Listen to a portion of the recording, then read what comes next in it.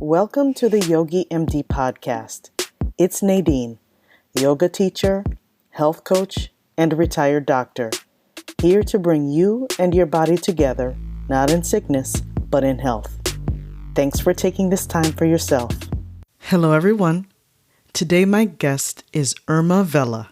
She has graciously accepted my invitation to tell us about her experience with chair yoga, both in person and virtually on Zoom. And so I am going to turn over the microphone to Irma. Can you please tell us about you? Sure. My name is Irma, and I am a member of Nadine's yoga class at Bloom Township. I am retired a year ago after working since I was 16 years old. And so that in itself has been a new experience for me. I'm used to being busy. I had a very high pressure job. I was a hairdresser prior to being an office manager, prior to furthering my education and taking care of my children. And so it was always about doing what needed to be done and not really about focusing on my own needs and myself.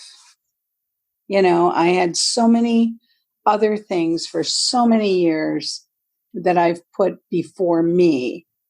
All I had to do was use my brain. It's really basically, it was about taking care of others, my husband, my children, my employees, my clients. It was always about making them feel good and getting them through whatever crisis. When I walked in the door of my office, I would say, when I walk through these doors, as soon as that door clicks, I feel important, I feel empowered, I feel needed, I feel, strong, I feel intelligent. Well, I walked out of that door. And now what? I don't have that anymore. But guess what? I am. I'm still strong. I'm still important. I'm still needed. I'm still functional. I'm still that person. And I think it's taken me this whole year to come to terms with that, even though I was definitely ready to retire. And I felt like, okay, that chapter's over and now I can relax. And the first few months were wonderful. I felt this huge pressure lifted off my shoulders. But then I was like, wait a minute. Now my priority is me, continuing to be as functional and healthy mentally, spiritually, physically as possible. I'm getting used to that. So because I've been focused on other things, I really have not paid much attention to my health and my personal activities. I just did what needed to be done. I've tried, bits and pieces over the years of a little exercise class here or, some small activity there, but non-physical. All my life, non-physical. So here I am, retired now, and my body, of course, is now going, okay, what about me?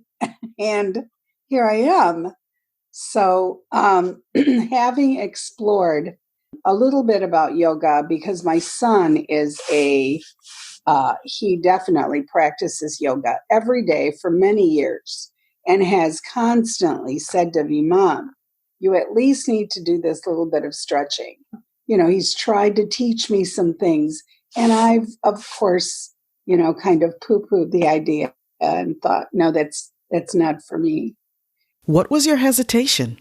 Well, I think I thought it was, when I thought of yoga, I thought of it on a spiritual level. And so there was a little bit of me that was afraid of that. I'm a Christian. This is yoga. It could be a little religious. It could be a little strange, not knowing really much about it. So I had looked into chair yoga, and coincidentally, it was the only chair yoga that I found over the years was a class that you were teaching in Homewood. And but it was taught in the morning, and I was working, so I ruled that out. So when I saw that in the as I was looking through the Park District stuff and what was available for seniors, I thought, okay, this was meant to be, that I am in Nadine Kelly's class. So I thought I would try it and, see how it would work for me. So, what made you take the leap from being a little bit leery of the spiritual aspect of yoga to deciding to do the work to find out what chair yoga could be about for you? It felt safe for it to be offered in a non religious setting.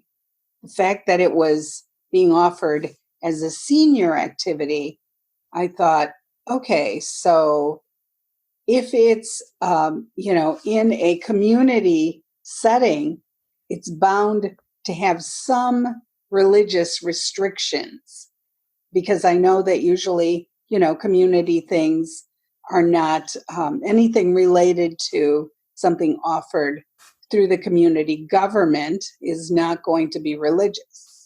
So I felt I could dismiss that fear. And so, what was your reaction when you stepped into chair yoga for the first time in August of 2019? I loved it. I absolutely loved it. I felt invigorated from the first day. First of all, it was something that I could do. So I felt very capable. So the fear of not just experiencing it, but looking foolish or inept, that disappeared. So the ego went out the door and it felt very comfortable. It's a very comfortable setting and doable. What was it like embracing an active lifestyle after a lifetime of avoiding it? Right. Yeah. I don't know that I've gotten there quite yet, but I think becoming aware of my limitations and my need. Now I have a definite need. Now it's not exercising to lose weight or to look a certain way. It isn't about appearance anymore. It's necessity. I need to be able to move. I need to be able to function within the limitations of my age. I've never been an active person, a physically active person. It's now become very important because I'm 72 and because my body is starting to react to the years of abuse and inactivity in not physical activity. So learning, strengthening and stretching and mobility has now become a necessity. It's not just, gee, I'm going to the gym on Friday. This is an entrance into that, I think. So, what I'm hearing you say is that this is a lifestyle. Can you provide some examples of ways that you've seen small transformations in your everyday life? What are some practical ways yoga helps you every day? Okay, I think it's a tool. It's become a tool, for my daily functions. For example, yesterday, I was folding laundry and suddenly my back is feeling stiff, my legs are feeling kind of weak. Well, I could stop what I was doing. I could take a few breaths. I could do a couple of little, hold on to the chair, do a couple of squats to get the blood circulating, stretch from side, do my side stretches, and then that got me going again and it helped me get through that task. And I find that even when I get up in the morning and I take my shower, that I can do some lunges. I do my shoulder shrugs. I move my head around, all of that, all of those things that are now becoming a part of my daily routine. I don't have to have an hour-long yoga session. I can use all those tools throughout the day, and they're becoming a part of my everyday functioning, because that's really what yoga is becoming in my life, is a method of functioning the way I need to get through my days.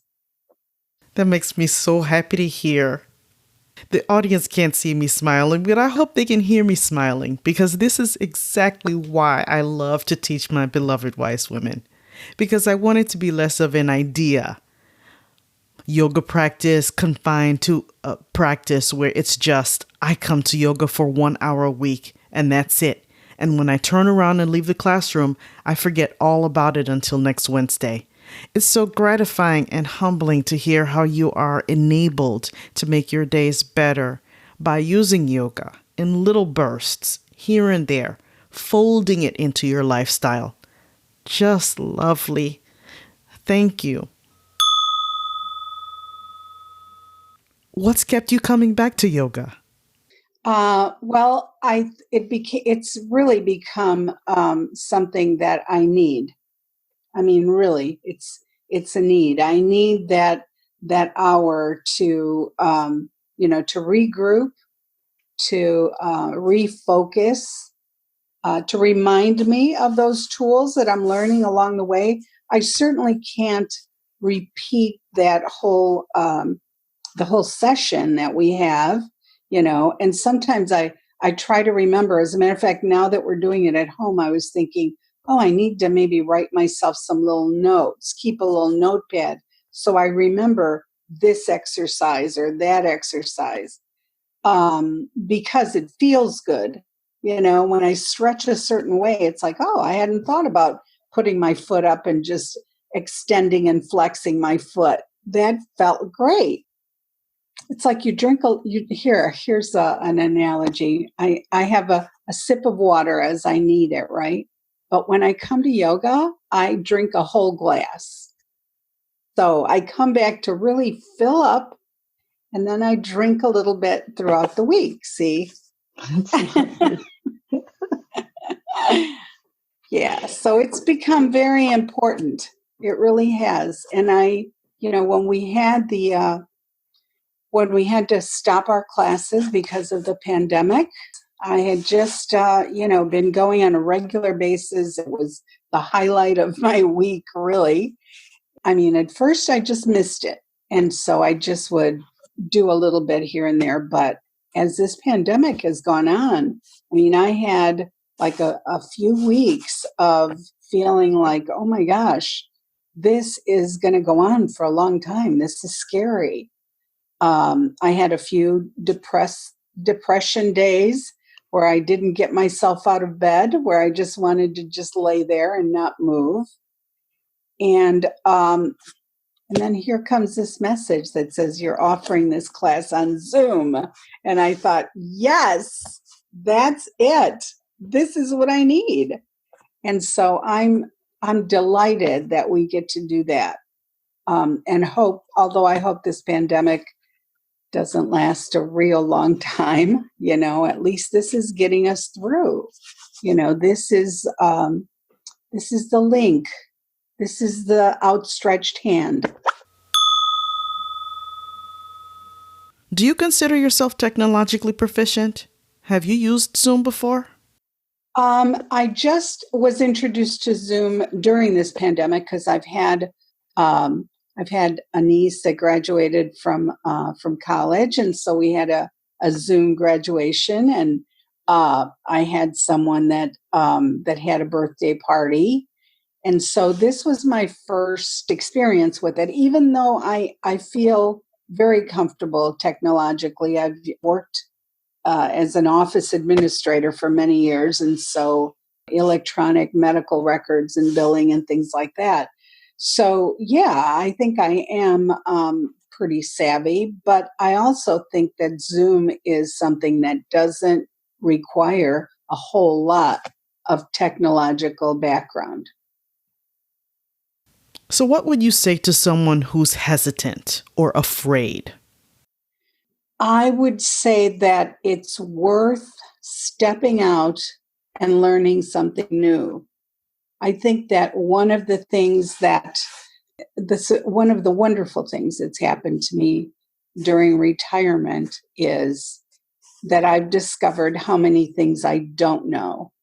You know, you call us wise women, and we are. Certainly, we have life experience and we know a lot, but there's so much I don't know. And so I have found great delight in stepping into learning new things. It doesn't have to be something huge. I think that learning to use a computer, learning to use the functions of that are available now on our smartphones. I mean, you know, that's basically a computer. Those are simple, really can be simple things that can make your life easier in the long run. So, starting by using something like this just for the benefit of taking a class, I think is definitely worth the risk. And I think it's something that really, I think they misunderstand and think that it's something that requires super intelligence. And it really isn't. It really isn't that difficult. I think people are afraid, you know, I'm not going to be able to do this. I'm not smart enough. People are going to see how inept or out of touch I am. Because I just went through this with my husband because he has a class that he goes to at the VA. He was going regularly and he really loved it. And then pandemic hit and it ended. So the person that was leading the group contacted me and said, "Do you think that your husband might be interested in doing this through the VA?" And I said, "Well, I can help him." Now he's actually taking 2 classes via Zoom and he loves it. He loves it. So I think, you know, at first he was like, "Oh, I can't do the computer and I can't."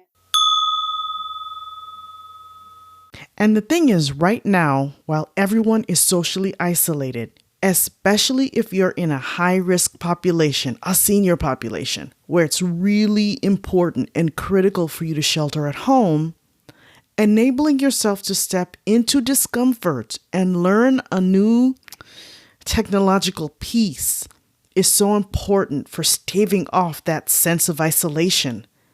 Don't you think? Yes, absolutely. It's become a necessity, I think, to have some technological um, capabilities. I think it's become a necessity, like you said, just to keep in touch. You feel much safer, you know, because you have that connection. And I think that being connected through this group, if it's only for this purpose of feeling comfortable, I think that it should be comfortable for someone to reach out and call someone else in the group that can help you walk through it.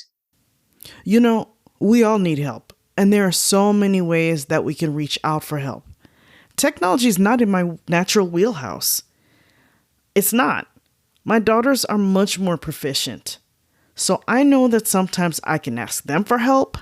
Sometimes I can figure it out on my own just by clicking different things to see what works. Using trial and error. There's nothing wrong with making mistakes. As a matter of fact, you learn more from making mistakes. And then there are times where YouTube, Google, those are great resources. And you'll be amazed at the number of tutorial videos or helpful articles that come up to help you learn more about a particular subject. So it really is one of those things that I really love to teach in the yoga class. Loving to learn. That's part of what the physical practice that we partake in when we're doing a yoga practice teaches. It's not all intuitive. It's not all easy. It's about being patient, showing yourself some compassion, some self-love, taking your time to learn a new skill. Even if you're stumbling, it's okay to try. I agree. I absolutely agree. What's been your experience in Zoom yoga classes so far? It's been different to be by myself, following the different exercises, the different positions. It's been different from being in the group. There's, of course, being in the same room with 20, 30 people is, there's a camaraderie that goes there. So, of course, we're missing that. But I think overall, it's been a very pleasant experience, very comfortable to be in my own home, moving and not having to travel, to have the convenience of doing it right here. And the other thing I think is that when I go to the senior center, I usually, I drive there and then I drive home or stop somewhere or do other things.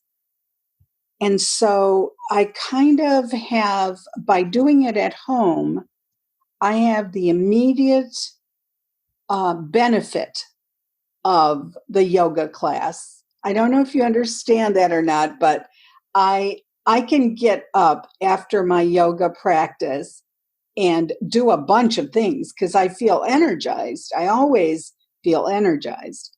But sometimes, when I go to the senior center, by the time I get home, I want to take a nap. Well, I don't feel like that when I'm doing it at home because I don't have that break in between. I get the immediate benefit. You've touched upon a really nice nuanced point to what I found to be a lovely byproduct of taking Zoom yoga classes at home. The fact that you're at home enables you to use your own space and encourages you to think, I can do yoga here. It's not yoga confined to one setting. This is how we form habits. By associating a place, time of day, and other factors to inform that habit. Now you're forming a new subtle habit because you do spend a lot of time at home. So by taking these classes in your own family room or in your own living room, you're going to associate that space, that table, that chair in that room or that particular time of day with, maybe I can do this stretch here. Maybe I can do this lunge here. Maybe I can do a relaxation pose on my couch. The sky's the limit. And even though during the class, you always encourage that we, like there was a time that you gave us a little sheet and instructions for doing some of the lunges and stretches using our kitchen counters. But it's not quite the same as, you're in the kitchen already. when you're showing us a certain move, like you said, I'm already in the living room. So if I'm going to be sitting here watching TV, I already know that I can do this little stretch and extension right here because I did it in my Zoom class yesterday, So I agree with you. Instead of trying to remember, what did I do back at the senior center on my chair? And because we're older, because our short-term memory goes, who we are and where we are in life right now, that becomes a real benefit, like you said, to do it here. And then you also have more props.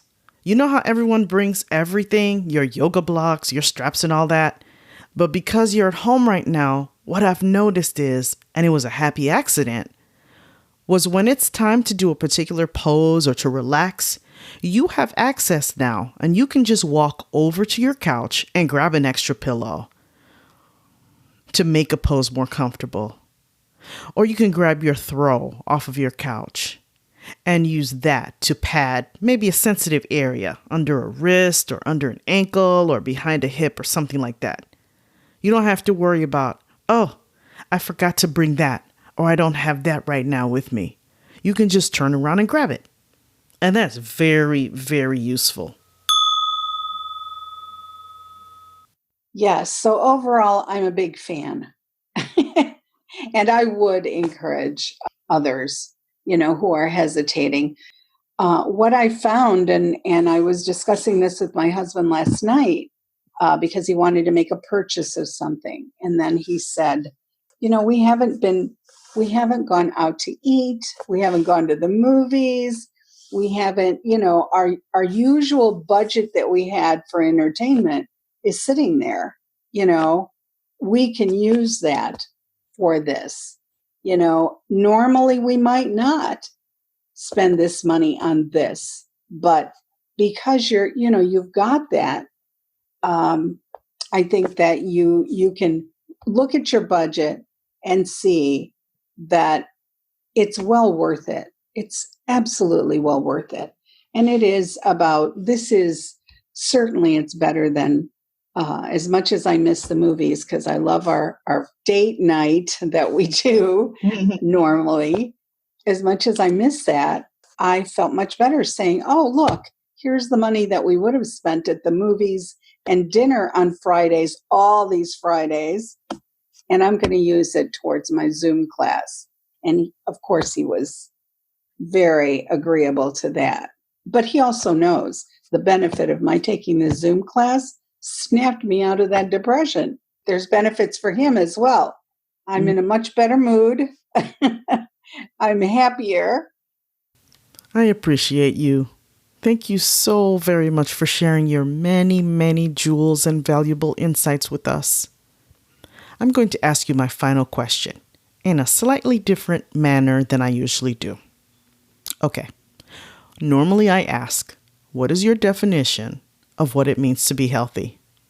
I'd like you to answer that in 2 parts, pre and post-pandemic, please. Pre-pandemic, I would say that being healthy for me was just being active, being able to just move around and go out and drive. And it was more about my physical health. I really had not thought much about an effect of retirement on my mental health because I was ready to retire. I'm pretty sharp. I think I can, I read, I'm interested in a lot of things. I have friends. Post-pandemic, definitely my mental health came to the forefront. Definitely. And it's all tied together, of course. My level of activity, my interaction with people. I felt fearful. I felt hopeless. I felt all of those things that I had not felt before. Those were not familiar feelings for me. So, of course, my mental health. So I would say pre-pandemic, my focus was physical. Post-pandemic, it's mental. My experience with yoga is that it helps both of those areas. It brings them into a complete healthy state. I want to continue functioning physically, as long as I can, with all the aches and pains and accepting the limitations that we have as we get older. I'm not going to run a marathon. I'm not going to, I'm not going to do all those things that I've never done before because that's not who I am physically. But mentally, I want to keep that part of me as long as possible. That's been one thing that came to the forefront post-pandemic. I didn't realize that I could fall into that. I just didn't think that was I had no interest in anything all of a sudden. And I thought, this is just not me. So you offering these classes, really, for me personally, it was a lifeline, really. Thank you for saying that. I so appreciate you. I appreciate you. I really do. And I'm just one of your students. I'm sure there are other people that feel this, but I am so glad that you're in my life, finally, because you were supposed to be in there way back, but I missed that. I missed that bus. It's never too late. I am so glad we connected. I'm very glad we are connected. Thank you so much. I appreciate what you do. You're touching lives. You're touching lives. You are much appreciated for that. What you do is more than teach a yoga class. You do way more than that. And I appreciate you for that. Thank you. Namaste, Irma. Namaste. Are you fatigued sitting at your desk? Are your shoulders feeling tight? This mindful minute is for you. Sit tall in your chair, in the front half or front third of your seat, with your spine tall and your shoulders stacked over your hips, the crown of your head touching the ceiling, your feet flat on the floor with your knees stacked over your ankles. Relax the muscles in your face and shoulders. As you breathe in, think about expanding your rib cage and your chest. As you exhale, think about drawing your navel in towards your spine.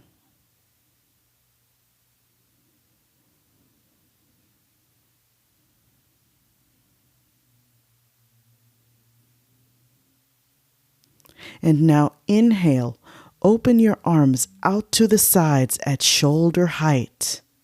Grab onto the back of your chair with your hands wherever it seems comfortable.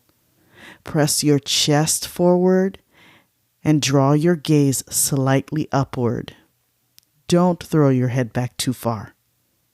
Feel the stretch from your hands through your arms and shoulders and all the way to your chest. On your exhale, gently release the back of your chair and interlace your fingers at shoulder height, pressing your palms away from you, tucking your chin, feeling the stretch from between your shoulder blades all the way through the heels of your hands and into your fingertips. Repeat several times as needed, joining movement with breath. If you want to know more about my teaching, check out the free content on my YouTube channel. The link can be found on the website at yogimd.net. Thanks for being here. See you next time. It's about yourself. It's about self-love. And I'm not accustomed to that. I'm learning that through this practice. So that's been extremely helpful for me too. To learn more, contact me at yogimd.net.